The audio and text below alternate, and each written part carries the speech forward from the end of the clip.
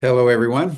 I'm Jim Garrison. I want to welcome you to this session of Humanity Rising as we update everyone on our plans for the State of the World Forum.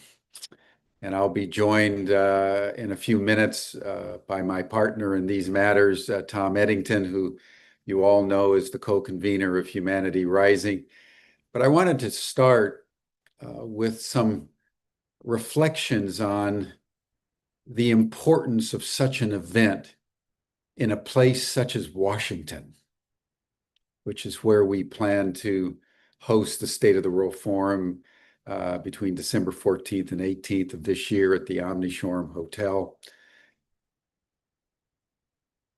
Since I live in Washington, I'm, I would say, painfully aware of the delusional nature of this town.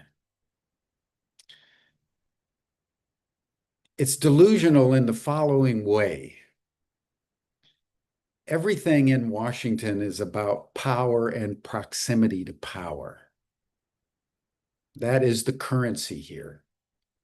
Just like in New York, it's all about money and how much money you can make in Wall Street, on the stock market, and world trade. Washington, like many capital cities around the world, are localizations of political power. And the political power that's emanating from the Oval Office of the White House, within walking distance of where I am right now, is getting increasingly delusional. And I think it's important for us to just note the accumulating delusions that characterize politics in the United States. Because politics in the United States is both domestic and global simultaneously. When rationality prevails, rationality is emanated. When irrationality prevails, irrationality emanates. And it struck me with force today when I read Heather Cox Richardson. She's the American historian that every day has a blog, mostly on American politics, and there's uh, uh, many areas with which I would say I have a healthy disagreement with Dr. Cox Richardson, but she's worth reading and is one of the things that I take in daily, and I would recommend to all of you. She's an astute observer of politics in Washington, in particular from the perspective of American history. She's an American historical specialist. And she was pointing out something that I'd actually overlooked because I didn't take in his press conference on Monday with Prime Minister Starmer in Britain while he was opening up his golf course in Scotland. He was claiming to have settled 6 wars. And he proudly talked about, India and Pakistan and Rwanda and the Congo, and he's just fixing everything because everybody knows he wants a Nobel Peace Prize, which is delusional enough in itself. But to watch the President of the United States spin out pure fantasy about himself as a peacemaker was an extraordinary thing to take in, because I think he may actually believe that it is so. And of course, that's the root of delusion. Delusion is not something you know is untrue. Delusion is something that you believe to be true, even though it's completely disconnected from reality. And then there's the news today that the president is now, by executive order, going to spend tens, if not hundreds of millions of dollars to build this 90,000 square foot annex to the White House so that he can hold big parties. I mean, this is like Satyricon. This is like the ancient Caesars. Oh, I think I need more parties. So let's just spend hundreds of millions of dollars to completely reconfigure the architecture of the White House so that I can have big parties.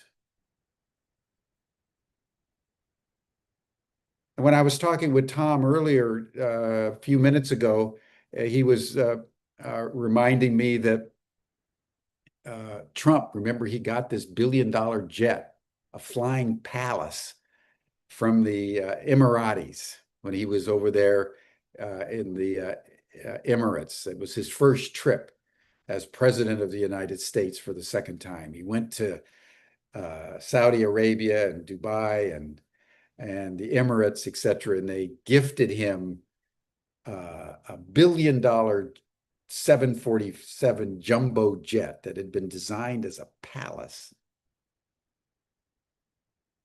Well,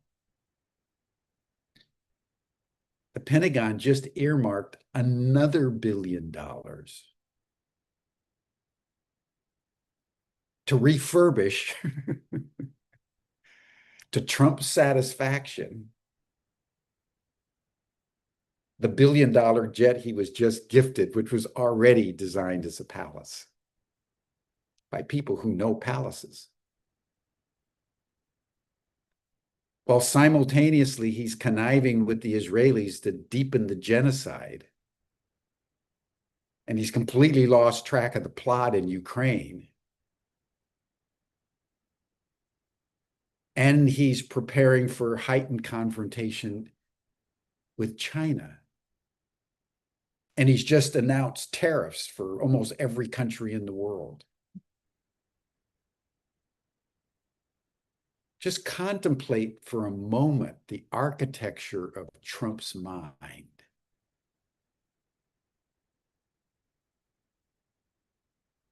Consider for a moment the implications of delusional power for the most powerful man in the world. It's an extraordinary thing to take in. And I raise this for our collective attention because this is precisely the reason why we want to convene the State of the World Forum in Washington, not far from the White House. Because one of the things that Tom and I are realizing more and more deeply, having conceived of the State of the World Forum in evolutionary, paradigm shifting terms, which was the central impulse, is that increasingly, given what's happening politically, it's becoming an act of resistance. Virtually everywhere we look around the United States, the corporations, the law firms, the academic institutions, almost everybody's just folding.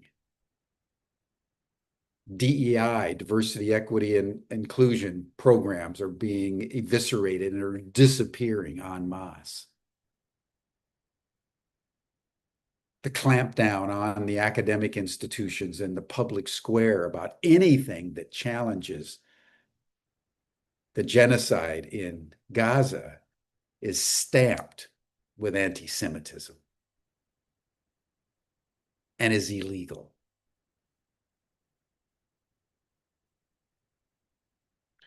So the forum is shape-shifting as events unfold.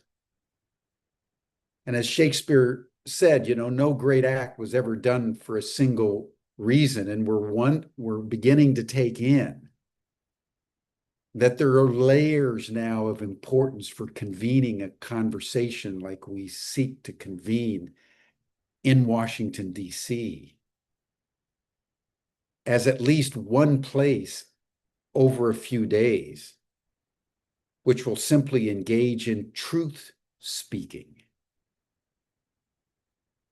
and the kind of actions that are required to embed truth in the public commons. So I wanted to just open us up today with that comment and invite Dr. Tom Eddington to join me for his reflections on the state of the world.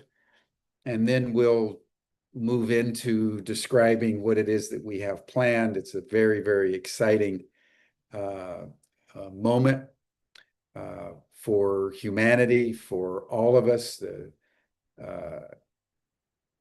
challenges are multifarious, the opportunities immense, and humanity has yet to find its way. So, Tom, turn your video on.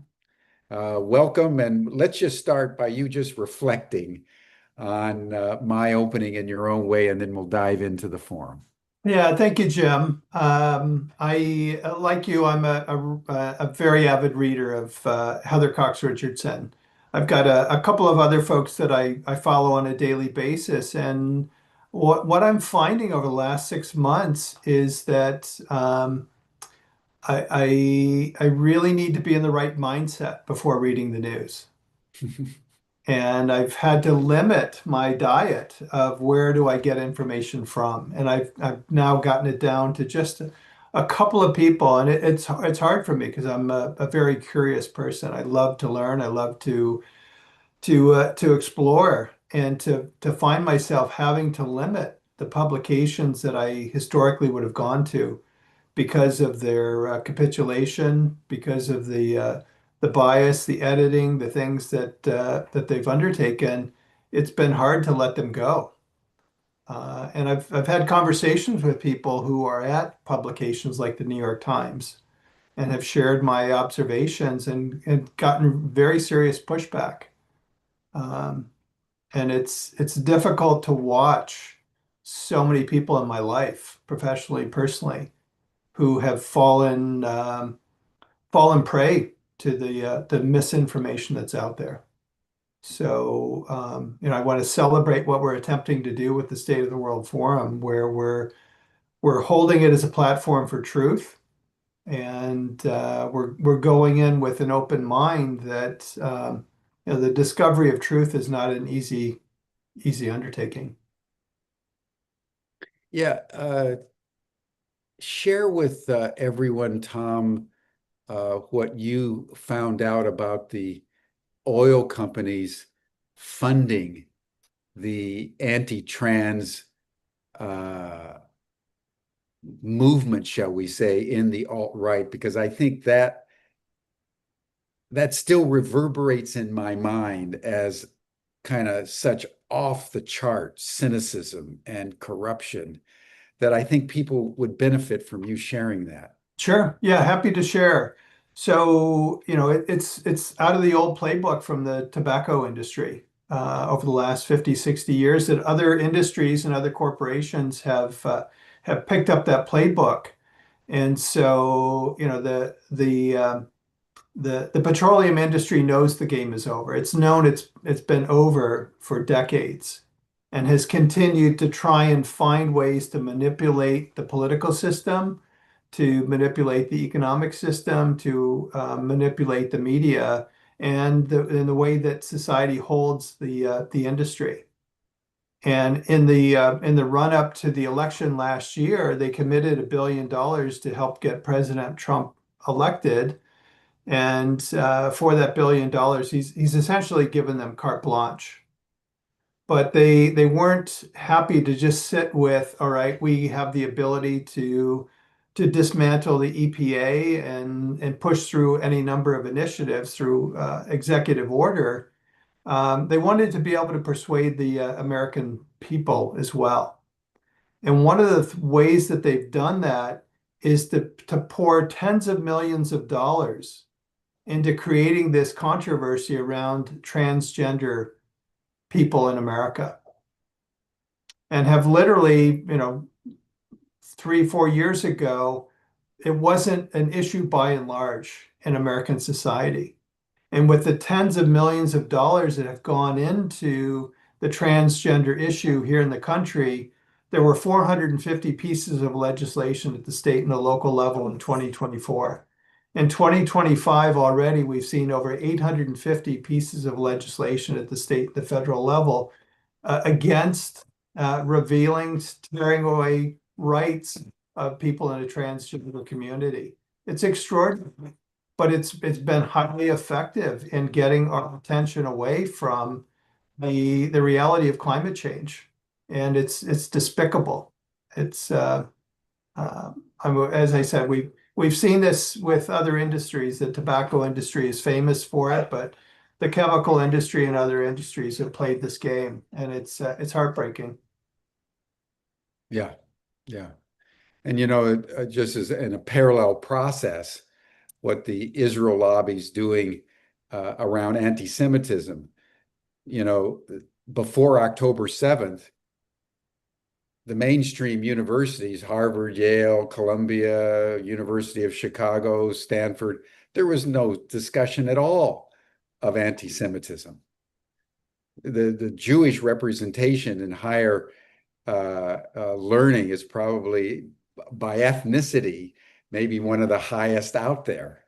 And everyone was just kind of going along. And then all of a sudden, when people started to challenge what Israel is doing in Gaza and calling it by its name, genocide, then all of a sudden you get this massive engine of social manipulation to transform legitimate protest into all of a sudden anti-Semitism, including the Jewish people who were engaging in the protests. They became anti-Semites as well. So that's just an example that's really fresh in our minds, that in the last sort of 12 to 18 months, you can see this steamroller coming through American politics and American media, in the face of which almost everybody just rolls over. Yeah, I mean, we saw it this week with Brown University conceding, with Harvard University conceding, the CEO of on the anti-Semitic issue. Kaiser Permanente, one of the largest health systems in America, this week, the president or CEO determined that they will no longer provide healthcare for youth who are transgender. And Yale University Health System made the same decision this week. And they did that on their own. There was no pressure yet. There were no lawsuits. They just conceded. It's heartbreaking for each of the populations affected. Yeah, yeah, yeah. So that's our context, everybody. We're in very severe times when external events and manipulations of media are impacting personal lives, our friends, families, and world conditions. And it's within this context that Tom and I and others are trying to convene the State of the World Forum. And I'd like to summarize a few things, and then Tom will comment. But one of the things that emerges from this complexio that we've just described is that there's an assault on truth. There's an assault on our ability to discern what's true, because everything is being turned into its opposite with the strategic intent to disempower us into an aimless relativism in which the derangement of a Donald Trump is sort of at the same level as scientific certitudes. And people kind of float back and forth without any way of discerning the difference between the wheat and the chaff. And that was really the impulse for the forum in its deepest sense, is our realization that the zeitgeist, the world reality, is that people, because they can no longer discern truth, are losing a capacity to discern meaning. And if you can't discern meaning, literally your world begins to fall apart. And that's why people are retracting from the news. That's why people are going into more personalistic enterprises, is they can't cope with trying to figure out the larger reality. So, but they can figure out their family or their local community. But that turning away from the polis empowers the forces of delusion, empowers the oil companies that they can get away with a manipulation around the trans issue just to get public attention on an emotionally polarizing issue while they continue to pollute the environment and cause more climate change. I mean, it's an extraordinarily sophisticated but simple contradiction in which we find ourselves. So what Tom and I went through is an exercise that actually lasted for a number of months. What could we say is actually true about reality, no matter who you are or where you are or what you're doing anywhere in the world? And we came up with four consequential truths. Number one, we're all facing accelerating ecological collapse. And that's true everywhere. No place on earth is now any longer immune from climate change. And severe weather events are plaguing us all. Number two, we're all facing deepening instability and turbulence at virtually every level of human affairs. It's extraordinary.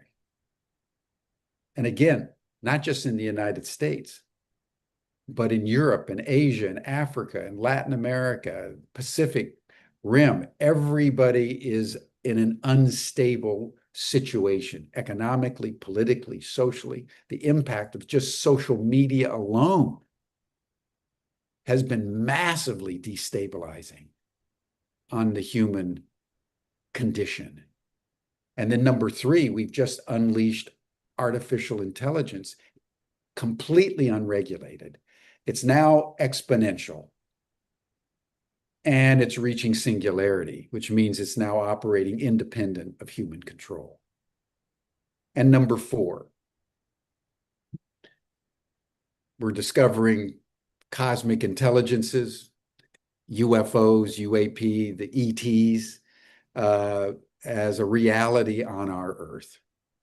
And that's when Tom and I realized, as we were contemplating these four consequential truths, we realized there are really four intelligences here. There's human intelligence, there's nature intelligence, there's artificial intelligence, and there's cosmic intelligence. There's extraterrestrial intelligence. And that's what we're convening the State of the World Forum around at the largest level.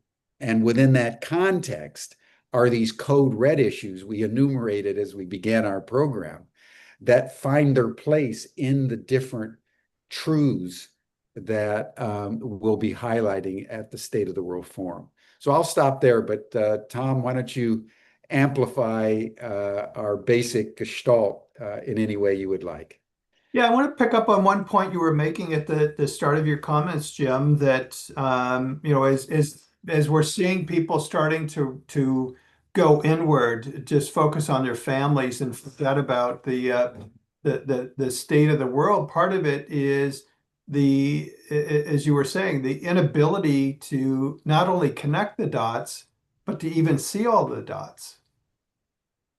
And it's a tremendous challenge that each of us are faced with, trying to discern between not only what's true and what's not true, but what are all of the forces at work? What are all of the dots? And then how to connect them. And so that's part of the invitation for those who are going to join us either in person in Washington, D.C. or virtually, is we will endeavor not only in 2025, but over the next 6 years to reveal all of the dots and to enable us collectively to try and connect them. And I don't know that there's a single person alive on this planet that has the ability to not only see, but to connect them. But that's certainly our ambitious goal is to take that on. It's an extraordinary undertaking. Yeah, just to build on that for a moment, as we've been pondering how really to shape a conversation like this over the next 6 years from 2025 through 2030, because we know that a one-off conference is going to make any difference. One of the things that we're doing with real careful thought is to use the forum and use this conversation around these different intelligences as a fulcrum for translating conversations that matter into actions that make a difference. Because faith without work is dead. And if you're not going to do something as a result of what you're talking about, you might as well not have a conversation, particularly in a world of duress. So that's what we want to turn to, everyone. And Tom, why don't you tell people about the award? Yeah, Because before I do that, I want to pick up on a question from Crystal. She asked, sure. where do you place spiritual intelligence? And it's a great question, Crystal. I've got a colleague I've been going back and forth with for months now as we've been doing this planning process. He's quite strongly pushing his point of view. The way I hold spiritual intelligence is not only does it sit in each of the four intelligences, but the four intelligences sit within spiritual intelligence. I don't hold it as a fifth intelligence per se. And Jim, I don't know what your take is on that, but that's how I would hold it, Crystal, is that it's embedded in each of the four, and the four intelligences sit within it. Yeah, I think I would agree essentially, and I would add the point that the spirit crystal is omnipresent. It's in everything, that all matter, all manifest being emanates out of consciousness and returns to consciousness. So we didn't want to include spiritual intelligence as a separate category. And what we're going to be discovering as human intelligence meets nature intelligence and artificial intelligence and extraterrestrial intelligence. I think that's the interface and synergy between those is a guidance of spirit. And I'd like to amplify that in the following way. I've been pondering AI and the fact that horse has left the stable. I don't believe it's possible to regulate it anymore. I don't think there's the political will to do it. I don't think that the tech companies want it to be done. And so from a practical point of view, we're looking at a possible worst case scenario with AI. But if you think about what would happen to AI if it was shaped not only by human intelligence, but nature intelligence and cosmic intelligence, I believe that AI would naturally come into alignment with these other intelligences. And that to me is the work of the Spirit. That to me is the work of love, shall we say, because love is that which binds all things together as one and shapes them into something that's beautiful. But it's a very profound question that you're posing about spiritual intelligence, and we may change it as we go along. But for right now, Tom and I, having pondered the matter, that's where we came out for 2025. Two other questions in the chat before I answer your question, Jim. Kim, yes, there will be the ability to attend the State of the World Forum online. Sometime probably this coming week, we'll have a link for people to register to attend virtually.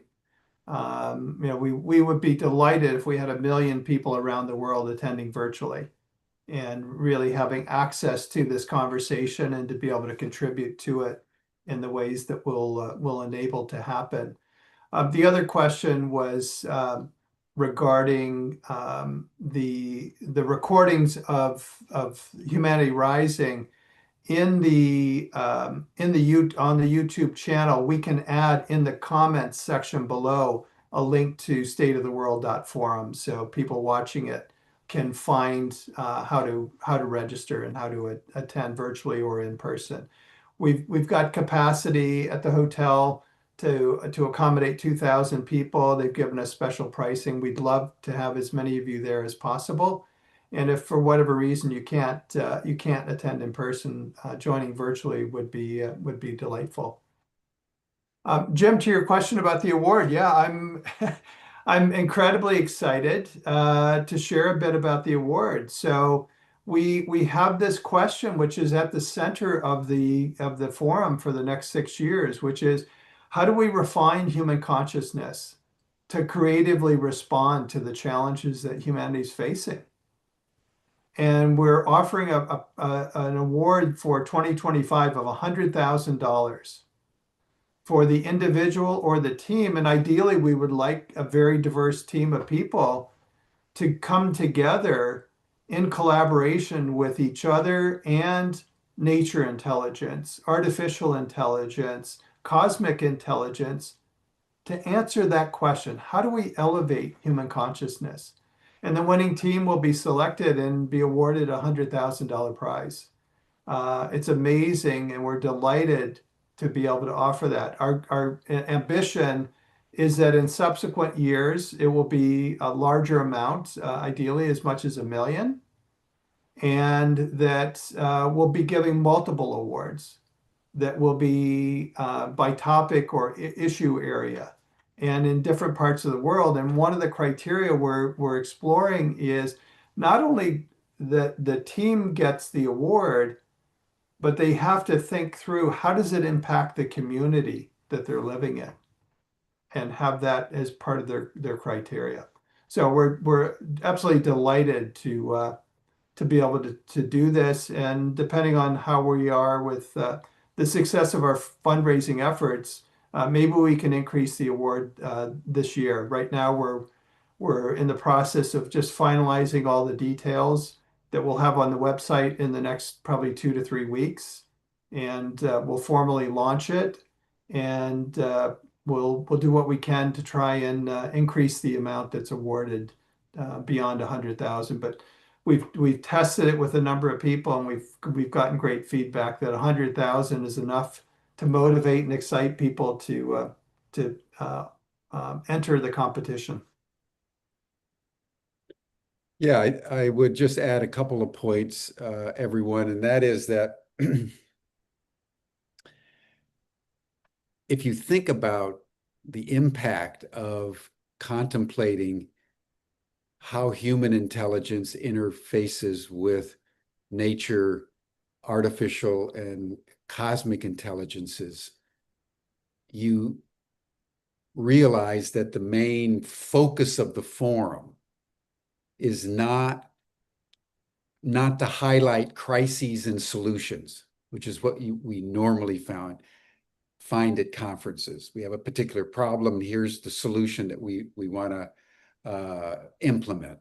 We're really seeking with the State of the World Forum to catalyze a new paradigm for human understanding, not only of itself, but the larger ecosystem in which we find ourselves. And this is important because these other three intelligences are smarter and more sophisticated than we are. So humanity is really engaging in a second Copernican revolution. The first one was when we realized that the Earth was not the center of the universe, but we still maintain the delusion that humans are the apex of being, and the whole universe is basically here for us.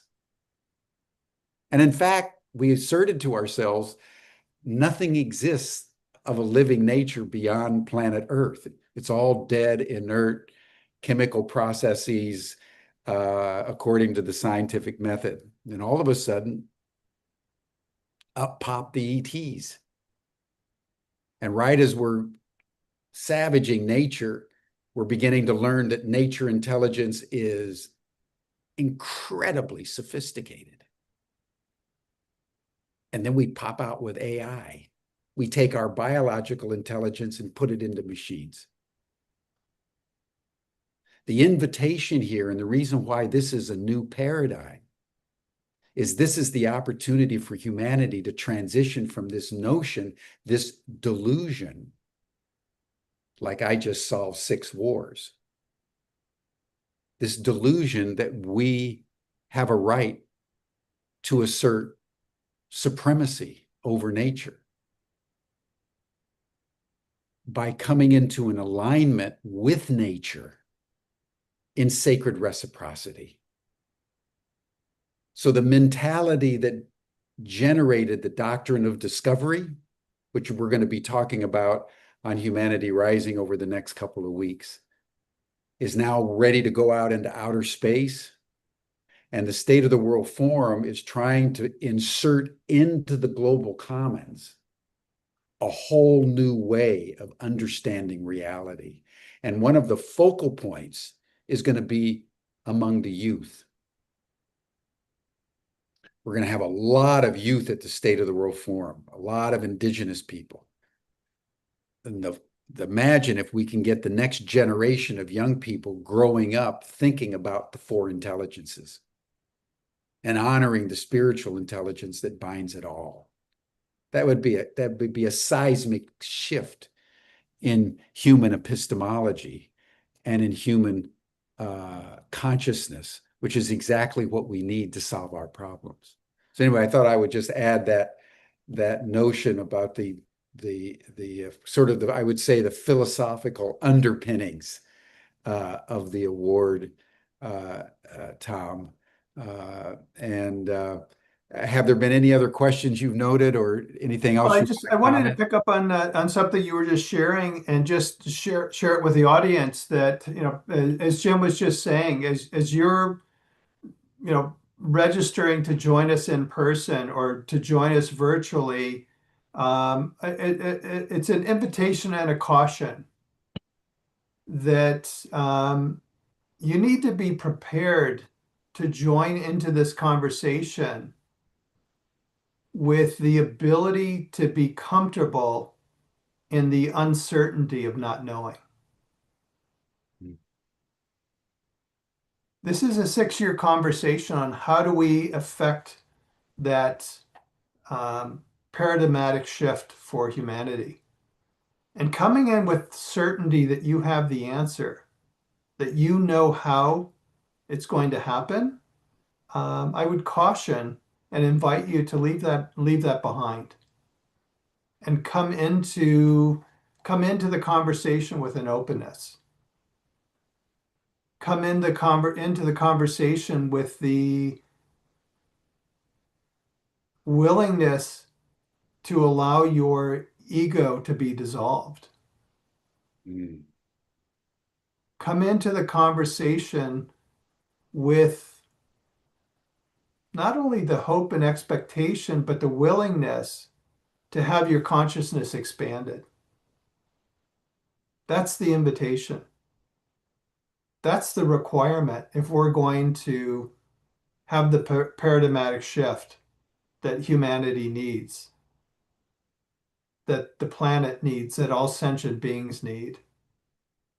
I was in a conversation with an Aboriginal elder um, a couple of weeks ago. We were talking about the potential of her participating and joining us as one of the speakers. And during our conversation, she shared that not only are we risen from Earth, but Earth needs us. Gaia needs the human species to flourish. And I've always held that, we are in some capacity, we have a responsibility, we're stewards of the earth. But I didn't fully appreciate um, the important role that Gaia holds the human species, as she needs us as much or more than we need her. And so I just invite you to be open when you attend, virtually or in person. I think what I'd like to do, Jim, is just maybe spend a few minutes just talking about what people can expect when they join us. Yeah. Well, I can lay out our thinking. Tom and I have been in deep conversation. So how do we do this? How do we do this? And we've come upon a basic principle. One is that because of the importance of the question that we're posing, we're going to not do what almost all conferences do, where you have sort of plenaries in the morning and a bunch of workshops in the afternoon, and people go into a lot of different things, and there's a lot of kibitzing.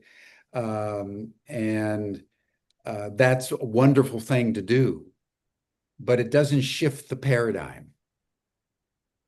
And because we're focused on a paradigmatic shift, what we are concluding is that we need to have one single conversation for the entire time between the time we meet on the Sunday, the 14th of December, through the Monday, Tuesday, Wednesday, and then we leave at lunch on the 18th of December. So we're going to all be in the plenary session for the entire time. We're going to open with an overview, obviously, of the next several days.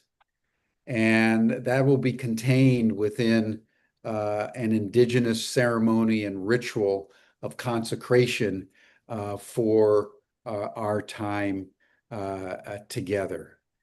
And then on Monday, there will be 4 plenaries, 2 in the morning, 2 in the afternoon, and they'll be on the 4 consequential truths: ecological collapse, instability in human affairs, artificial intelligence, cosmic intelligence. So we're going to just walk through the different truths and the different intelligences.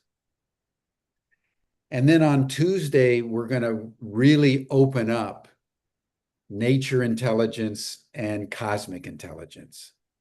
What is that all about? Veda Austin will be there, the great researcher on water that has been on Humanity Rising many times. I just spent a week with her, as you all know, in Chartres. Just unbelievable mind, extraordinary research. And we'll be having others that can talk about nature intelligence and artificial intelligence and ET intelligence, sort of from the inside out, as opposed to the outside in, which is going to be really what happens on Monday. And then on Tuesday afternoon, we're going to be talking about the language of consciousness. How do humans start learning mental telepathy, remote viewing, clairvoyance? We're going to have Diane Hennessy Powell, if you know her, the Harvard researcher on ESP, who is the research behind the telepathy tapes. And so she'll be coming, and others going to be demonstrating the facilities in psionics. how humans now are challenged as we interact with these different intelligences to learn the mother tongue, to learn the language of consciousness. Bertie Jaworski will be there. Chris Bledsoe will be there. And then on Wednesday, we're going to step back. And Tom's going to lead an all morning session with people that he's assembling all over the world on healing, starting with trauma, apology, forgiveness, flourishing. And then on Wednesday afternoon, we're going to go into what is possible. And we have this incredible series of panels on everything from the king of Bhutan talking about the happiness index and how they're tokenizing it with this genius from Brooklyn. I mean, it is mind-boggling what's going on out there. We're going to be talking about citizen diplomacy, which made a difference between Russia and the United States back in the 80s, and how consciousness back to spiritual intelligence, when you apply spiritual intelligence to politics, what's possible. We're going to talk about the ethics of exploration into outer space with, you know, the chief scientist of the International Space Station, the guy at the Jet Propulsion Labs in Pasadena, Martin Lowe, he discovered what they call the interplanetary superhighway, that to go travel in space, you just don't go in a straight line. You got to go through these space tunnels. It's really extraordinary what's going to be. And then on Thursday, we'll be highlighting the strategic initiatives that have come out, the one on religions, the ET Citizen Diplomacy Corps, others that are beginning to take shape. The ethics for outer space exploration is turning into a strategic initiative. So you just imagine all that as a single conversation, and then you just come out the other side. It's transforming. It's the enlargement of the soul. That's what we're trying to do here. And it's incredibly exciting. Incredibly exciting. But Tom, you probably want to go into more detail on what you have in mind for Wednesday, because that's, in some ways, that Wednesday morning session is the fulcrum around which the entire forum turns. Yeah, thank you, Jim. It's still very much a work in progress, but fundamentally, we know we can't go into the future if we don't deal with the past. Each of us, through our life's journey, either personally or ancestrally, have trauma that we've been carrying. And we need to provide the ability for each of us to heal that trauma. We all have people that we need to forgive in our lives, and we have people who we need forgiveness from. And we all struggle with apology. So how do we weave together this conversation of apology and trauma and forgiveness and integrate the tools of nonviolence to enable the possibility of human flourishing? And so that's the healing container that we'll be putting together with support from the indigenous leaders who are going to be in attendance, in support from experts on apology and forgiveness and nonviolence and trauma. It's extraordinary, and it's been fun to take on the challenge of how do we do it so that it's not just a skull brain experience for people, but it's a somatic experience. So that all of the people who are attending virtually and in person have the ability to do their own healing, to go into the afternoon in a conversation on hope, and to be able to do that in a way that's supportive of not only their personal but the collective. And from that place, then we can go into the do tank part of the forum and recognizing that, it's not a one-off experience. This is something that we'll be doing over and over again over the next 6 years. Yeah, I think that the just to underscore a couple of the points you just made, Tom, about you can't go into the future unless you've really forgive and apologize for the past. It's also true that for any innovation to take root, it has to be connected with ancestral memory. And that's why we want to have as many indigenous people as we can gather at the forum because they represent the ancestral memory. They're the one group of people on our earth that never forgot the other intelligences. They're in touch with the nature intelligences and with the star people, as they call the cosmic intelligence, on a regular basis and have been doing that for thousands of years. They have the wisdom to help humanity deal with AI, I guarantee you. So we're very grateful for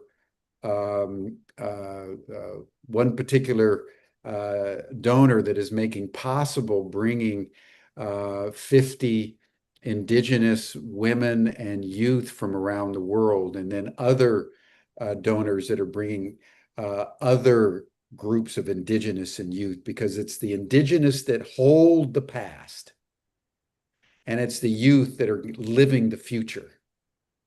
And we want all of those to be involved in the State of the World Forum. So the forum not only looks like the world insofar as we can, knowing, by the way, that many of the people that we are inviting are from countries that Trump has said can't come to the United States because they're from S-hole countries. And so Tom and I are dealing with visas. We're dealing with all kinds of political constraints as we move forward. But insofar as we can, we want the forum to be past, present, and future in equal measure, so that we have the kind of container that we can build on over the next 5 years beyond 2025. So I see a question in the chat from Bonnie about how do we effectively do this, keeping everybody in the same conversation and not have people just sitting there being talked at. And so it's something we paid a lot of attention to. We'll be starting each morning with opportunities for people to do contemplative practice or yoga that will be supported. We will have people seated in, depending on the configuration, tables of 8 or maybe 12. And the presentations and the plenary sessions will be 90 minutes, which is about the max that a human being can comfortably sit. And we'll take a 30-minute break. And then the hour plus for lunch, we'll continue to have people in a conversation, and then we'll finish up around 5 o'clock. So it's a very human-centric approach to how people are going to experience the week together. We'll have entertainment in the evening. We'll have lots of activities for people to get to know each other, to connect on the breaks in the morning and in the evening, and at the same time take in an extraordinary amount of information. Yeah, and one thing, everyone, is we've been talking to some incredible musicians. You go to these conferences and there's music when you're coming in, and there's music during the breaks, and they help your mind kind of relax and your heart expand. And depending on what's going on, we're going to have lots of music, incredible entertainment in the evenings. The Omni Shoreham Hotel is what they call the Blue Room, which was the icon in Washington for decades between the 20s and I think the 80s, 90s, where everybody from Frank Sinatra to Aretha Franklin to all the greats of those decades, all performed. Beatles stayed there when they performed in Washington at the big stadium. So it's a landmark for entertainment, and we have more people who want to perform than we can possibly fit in. So that's going to be part of the whole. Think of a lot of ritual, indigenously led ritual and ceremony is going to be part of the whole. Chris Bledsoe and others are going to try to be bringing orbs down at night because the Omni Shorm is just outside downtown on 11 acres. So there's a lot of room outside. And then to uh, your point about how we allow kind of feedback, the lunches and the dinners will be in the round. And we're hopeful of having kind of single conversations at the dinner so people can really focus on what it is that we need to focus on. And so there'll be a lot of, I would say, exuberance, but also discipline. And if everybody goes through that process together, sharing together, absorbing together, celebrating together, that's the elixir for the kind of transformation that will take place with all of us as we go from the Sunday through the Thursday and then out to our various holiday festivities. And one other point I'd like to pick up on a bit more is that, in addition to the annual forum each year and the awards, we're envisioning 4 to 6 strategic initiatives that will come out of each of the annual forums. And those will be happening throughout the year. In addition, we'll be organizing regional events across the world in support of the strategic initiatives, in support of other things that are not even envisioned yet, that will be supportive of this transformation of human consciousness and the paradigmatic shift that we're looking to achieve. So we're starting with this event in Washington, D.C. in December, but it will expand out over the next 6 years to be very inclusive and encompassing things that we can't even think of yet because we're stuck in that Einstein box that we've referenced. I think we'll bring it to a close, and I would make uh, one comment, and then Tom, you can offer a final comment, and we'll transition to the after chat. And that is that, in and through all this, everybody, we have big plans for Humanity Rising. Stan has been in touch with some AI guidance material on how Humanity Rising and the State of the World Forum can begin to overlap. The categories of the forum, the categories of the Humanity Rising, how do they synergize together? We want as many of you to attend as you possibly can. We will be evolving Humanity Rising as the State of the World Forum grows over the next couple of years. And it may be that the time has come for Humanity Rising Network that you remember that we were envisioning. Didn't quite happen for a variety of reasons, but the time may be suitable again. So we believe that the forum, both for Humanity Rising and also Ubiquity University, will be a very, very good thing. And if you go on the website on the front page, the Humanity Rising logo and the Ubiquity University logo are there as strategic partners. So this isn't separate from Humanity Rising. This isn't separate from Ubiquity.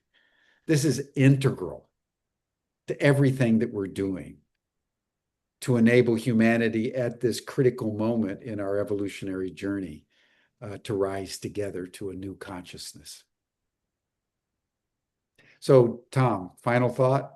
Well, I just wanted to respond to another question that was Sure. posed about about the community that's coming together for the forum.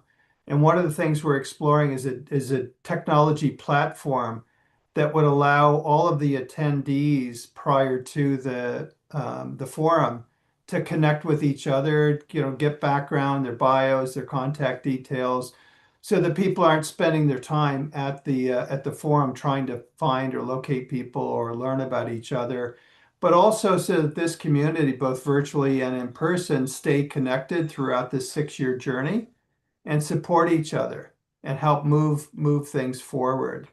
And that will be an important piece of what we're attempting to do. And we haven't found the right technology platform yet, but we're exploring them. And that's going to be a part of the quote unquote infrastructure to make this happen. And excited to be able to announce that when we made a decision on what platform we'll use. We'll have more updates as the world unfolds at one level and as the State of the World Forum continues to take shape over the next several months. The world will no doubt change many, many times before December 14th. And we're doing our best to be mindful of that, everyone, and appreciate so much your ongoing support. I want to close with a personal note of gratitude to each and every one of you. For me, the State of the World Forum is really the most important thing I've ever taken on, because its motivation is to change the paradigm in and through which we humans understand ourselves in the larger ecosystem of life. I've never done anything at that scope before. And it's going to take all of us together to accomplish this great task. There are forces arrayed against us. There are complications in our environments that provide obstacles to goodness emerging to a critical mass in our world. So we don't minimize the challenges, but we know it's possible. And therefore, we're embarking on this work. And I want to make just a personal statement of how much I've appreciated and relied on Tom. When Lynn Twist gave me the news from the plant kingdom that these were my new orders, Tom was my first call. And so, Tom, I just want to thank you for showing up, and thank you for your wisdom and complete trust in the process in which we're engaged, because it's been very necessary for me. I couldn't have done this alone. I needed a brother. And so I just want to thank you in front of everybody in our community, how much I appreciate everything we're now going to do together in the support of our community. So thank you. Well, you're very welcome, Jim. I echo your comments. As some of you know, I've taken on some extraordinarily ambitious goals in my life. And when you contacted me and talked about taking this on in partnership with you, if I look at everything I've accomplished, done in my life, this is all of those times 10, times 100, times 1,000. I don't know how big it is. I feel it on a daily basis as we're in conversation with people who are wanting to help, who are wanting to support, and realizing the enormity of the task. It's Herculean, and It's a gift to be doing that with you, and so grateful for this community. So thank you, everyone. You'll see the link to the chat group in the chat next to your screen. You received the link to the chat after chat in your Zoom reminders for today. We'll be bringing more updates as life unfolds. And thank you all so much. We love you dearly.